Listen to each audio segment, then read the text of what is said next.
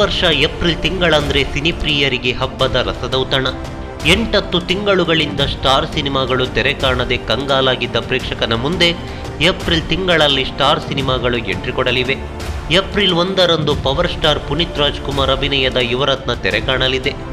ಈ ಬಗ್ಗೆ ಚಿತ್ರತಂಡ ಅಧಿಕೃತವಾಗಿ ಘೋಷಣೆಯನ್ನು ಮಾಡಿದ್ದಾರೆ. ಇದರ ಬೆನ್ನಲ್ಲೇ ಇದೀಗ ಕಿಚ್ಚ ವರ್ಸಸ್ ದಚ್ಚು ವಾರ್ ನಡೆಯಲಿದೆ ಎನ್ನುವ ಆತಂಕಕಾರಿ ಸುದ್ದಿಯೊಂದು ಹೊರಬಿದ್ದಿದೆ.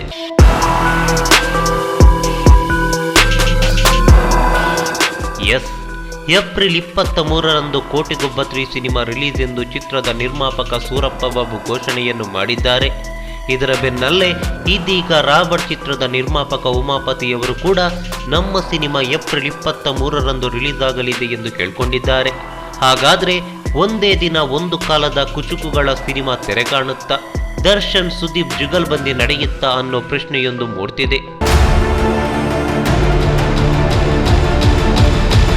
ಕೋಟಿಗೊಬ್ಬ 3 ಕೂಡ ಏಪ್ರಿಲ್ 23ಕ್ಕೆ ರಿಲೀಸ್ ಅನ್ನೋ ಬಗ್ಗೆ ಮಾಹಿತಿಯನ್ನು ತಿಳ್ಕೊಂಡ ರಾಬರ್ಟ್ ನಿರ್ಮಾಪಕ ಉಮಾಪತಿಯವರು ಈ ಬಗ್ಗೆ ಪ್ರತಿಕ್ರಿಯೆ ನೀಡಿದ್ದಾರೆ. ಒಂದು ವೇಳೆ ಈ ಥರ ಆದರೆ ನಾವು ನಿರ್ಮಾಪಕರು ಕುಳಿತುಕೊಂಡು ಮಾತಾಡಿ ಒಂದು ನಿರ್ಧಾರಕ್ಕೆ ಬರ್ತೀವಿ, ಏಕೆಂದರೆ ಎಲ್ಲರೂ ಸ್ನೇಹಿತರೆ ಎಂದು ಹೇಳ್ಕೊಂಡಿದ್ದಾರೆ. ಹಾಗಾದರೆ ಈ 2 ಚಿತ್ರಗಳ ಪೈಕಿ ಯಾವ ಸಿನಿಮಾ ಏಪ್ರಿಲ್ 23ರಂದು ತೆರೆ ಕಾಣುತ್ತೆ ಎನ್ನೋ ಅನುಮಾನ ಕಾಡ್ತಿದೆ. ಒಂದೇ ದಿನ 2 ಸಿನಿಮಾಗಳು ತೆರೆ ಕಂಡ್ರೆ ಪ್ರಸ್ತುತ ಚಿತ್ರಮಂದಿರಗಳ ಅಭಾವದಿಂದ 2 ಸಿನಿಮಾಗಳು ಸಮಸ್ಯೆಯನ್ನು ಎದುರಿಸಬೇಕಾಗುತ್ತೆ. ಹೀಗಾಗಿ ಒಂದರ ಬಳಿಕ ಮತ್ತೊಂದು ಚಿತ್ರ 3 ವಾರಗಳ ಅಂತರದಲ್ಲಿ ತೆರೆ ಕಂಡ್ರೆ ಉಳಿತು ಅನ್ನೋದೇ ನಮ್ಮ ಕೋರಿಕೆ.